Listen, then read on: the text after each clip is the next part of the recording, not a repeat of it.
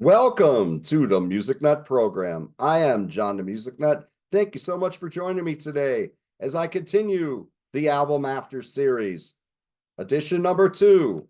We will talk about the second album from Hootie and the Blowfish, 1996's Fairweather Johnson. This would follow their debut Cracked Rear View from 1994. That album made them household names. 22 million copies sold in both CDs, vinyl, cassettes, digital sales as well. Fairweather Johnson, 3 million copies sold as of 2024. Hootie and the Blowfish's Cracked Rear View will give them 4 huge singles and a lot of great deep cuts. One big hit on Fairweather Johnson, but there were 3 singles. The other 2 singles didn't do as well. Did this album deserve a better fate? I will discuss that here today. Hootie and the Blowfish are still together in their original form, still out touring. I saw them this summer at the Bethelwood Center for the Performing Arts on June 27, 2024. Darius Rucker, lead vocals, rhythm guitar. He's also carved out a very successful career as a singer-songwriter in the country genre. Mark Bryan, lead guitar, Dean Felber on bass, Jim Sonnefeld on drums. They all contribute backing vocals, spectacular harmonies to this day. Let's go over the album. This was produced by Don Gehman. This would be the most successful production by Don Gehman, as you would imagine, 22 million albums, but American Fool, John Cougar wasn't too shabby for him either. He did American Fool, Scarecrow, Lonesome Jubilee for John Cougar Mellencamp. For REM, he would do Life's Rich Pageant, Dead Letter Office. He would also do A Night on the Town for Bruce Hornsby and Arrange. He would also do Long May You Run for Neil Young and Stephen Stills in 1976. The production on here, I don't think it's quite as strong as it was on Cracked Rear View. It sounds a little bit reined in. But let's get to the tracks. Beta 1, passionate opener. It smokes. Nice harmonies on here. Maybe it's not as well crafted as the opener on Cracked Rear View, which was Hannah Jane, but it works very well as an opener. Sad Caper was the 3rd single. Starts with the chorus like those great Beatles songs from yesteryear. Very well written, nice harmonies on here. Great chorus, very well written. I think it deserved a better fate than it did. And speaking of better fate, we get to the next track, which is Tuckerstown. This was the 2nd single from Fairweather Johnson. Number 38 on the Hot 100. Number 24 on the adult contemporary charts, number 29 on the mainstream rock charts. I thought this should have been a bigger hit because the chorus on here made it feel like an anthem. I thought this was very well written with the call and response in the choruses. Nice bridge on it too. And there's a lot of good bridges on this album. I thought this deserved a better fate than it did. Having said that, from here, the album is very hit and miss.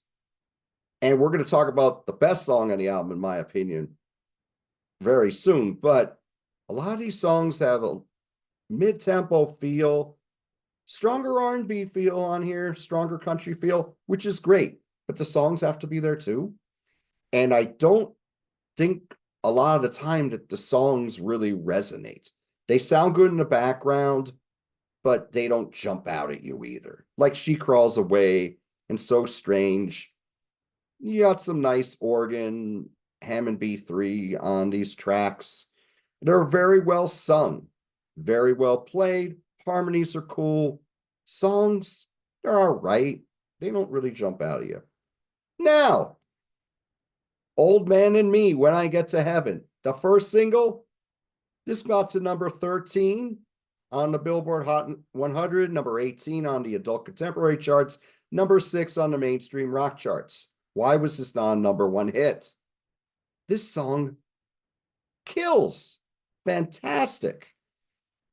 Very strong R&B feel here with the piano line in it, but the guitars complement the piano very well. Fantastic chorus on here. Great lyrical guitar solo. When they go through the solo and then they go back into the chorus again, and then they have that breakdown with just the piano and the drums, and then Darius comes in with his vocal. Fantastic hook right there. There are so many strong hooks on this album, on this song, I should say. I think this should have been a #1 hit. Then you look at what was #1 around this time. One Sweet Day, Mariah Carey and Boys to Men was a #1 hit for many, many weeks. Because You Love Me by Celine Dion. Always Be My Baby by Mariah Carey. Mariah Carey was on fire during this time. They're all great songs. I could see why they were #1.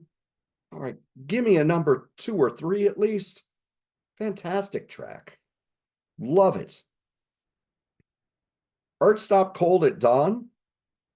Now we go back into the slower, more adult contemporary songs, although we got some viola and cello on here, which is very cool. But it's very mellow. The backing vocals are strong, but again, it just kind of drifts. Same thing with a lot of other songs like Let It Breathe and the songs near the end of the album as well. The title song is just a 51-second near gospel song. It's just piano and shaker and Darius and background vocals on it. Yeah, it's okay.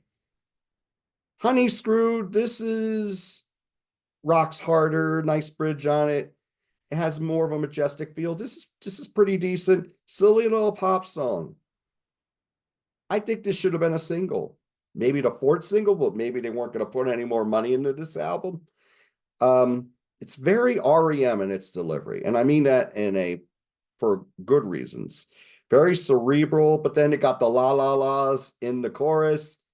Yeah, that would be the silly part of the song, but it's very personal relationship song on here. You got the guys from Toad Wet Sprocket contributing backing vocals on this, and a couple other tracks. And it ends very abruptly.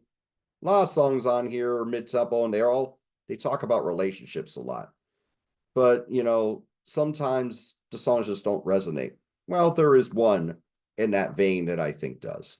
Full is another slow one. This is more country than anything. It's okay, but I like Hootie. That's the second to last track on the album. We got the viola and the cello on here. The way that Darius sings this is very personal. It's just this lost love song, a near tearjerker, very personal lyric and performance, very emotional performance by Darius on this. This is good. When I'm Lonely, 5 minutes and 34 seconds. That's the closer. It's more roots rock, but it's very mid-tempo. The harmonies are always on point. The vocals, the instrumentation, very well done. But the song itself just kind of drifts for me. I'm wondering with this album, did they have enough time? Because they were touring pretty heavy right into 95. Album has a feel that they were rushed into the studio. Let's strike while the iron's hot. I said that about Turn It Upside Down by the Spin Doctors on the first edition of the Album After series. This has that same feel. Having said that, on this tour they've been doing this summer, and they got Collective Soul and Edwin McCain providing support for the tour. They're only hitting one song off this album, Fairweather Johnson, and it's Old Man Me. Well, at least they picked the right song. I think you can do Sad Caper and Tuckerstown live as well, and take out a lot of those cover songs that they're playing. And I know they've done a lot of covers in their career, like Hey Hey, What Can I Do by Led Zeppelin, which they put on the Enconium collection that came out in the mid-90s. I Go Blind, which was a 5440 song, which was a band they were friends with, but was a very little known song until they recorded it and put it on the Friends soundtrack. Those I get. I Go Blind is a great show opener. That's what they've been doing. It's a great song. But some of the other covers, I think they could do without, and I think they can add Sad Caper and Tuckerstown to their set list. When you go to see a headliner, I don't think you want to see 8 or 9 cover songs. I don't need to hear Interstate Love Song by Stone Temple Pilots as much as I loved them. Or the Tom Waits song they've been doing. Tom Waits is wonderful, but give me some of your own songs. So having said that, this album, the album after, I give this a 6. Whereas Crack Rear View, I would have definitely gave that a 9. Musical Chairs, the album after this from 1998, sold 1 million copies, didn't give us any hit singles. That's a stronger album. That's actually closer in quality and spirit to Crack Rear View. That would be an album I give an 8. But this one, yeah, I give this a 6 out of 10. So what are your thoughts on Hootie and the Blowfish?